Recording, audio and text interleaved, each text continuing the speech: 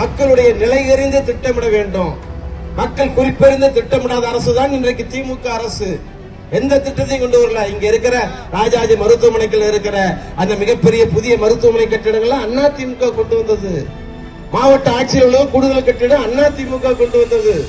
வேலூர் கோட்டாட்சியர்களும் அதிமுக கொண்டு வந்தது. திருமங்கலம் கோட்டாட்சியர் அதிமுக கொண்டு வந்தது.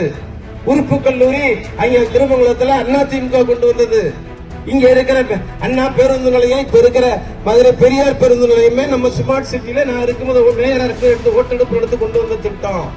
இன்றைக்கு டைடல் பார்க் சொல்லி புரட்சி தலைவர் எம்ஜிஆர் அன்றைக்கு காய்கறி மார்க்கெட்டுக்காக அடிக்கல் நாட்டினார். இன்றைக்கு ஒதுக்கப்பட்டிருக்கிற இடம் சரியாக திறமையாக ஒதுக்கப்பட்டிருக்கிறதா?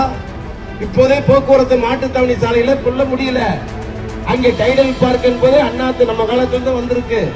இன்னைக்கு நிதியமைச்சராக இருக்கிற இருந்த மதிப்புக்குரிய பிடிஆர் முதல் பட்ஜெட்ல சொன்னாரு. என்ன சொன்ன உங்களுக்கு எல்லாம் ஞாபகப்படுத்த விரும்புகிறேன். குறிப்பாக மெட்ரோ ட்ரெயின் சொன்னாரு. இதுவரைக்கும் எந்த திட்டமும் ஆரம்பிக்கவே இல்லை.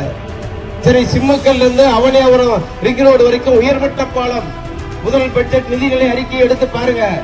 அதுல சொல்லியிருக்கிறார் மதிப்பிற்குரிய போன நிதியமைச்சராக இருந்த பிடிஆர் பழனிவேல்ராஜன். அந்த திட்டம் நிறைவேறல. சரி, சுற்றுச்சாலைகள் அதிமுக ஆட்சியில பக்கத்தில் இருக்க சுற்றுச்சாலை அதிமுக ஆட்சி.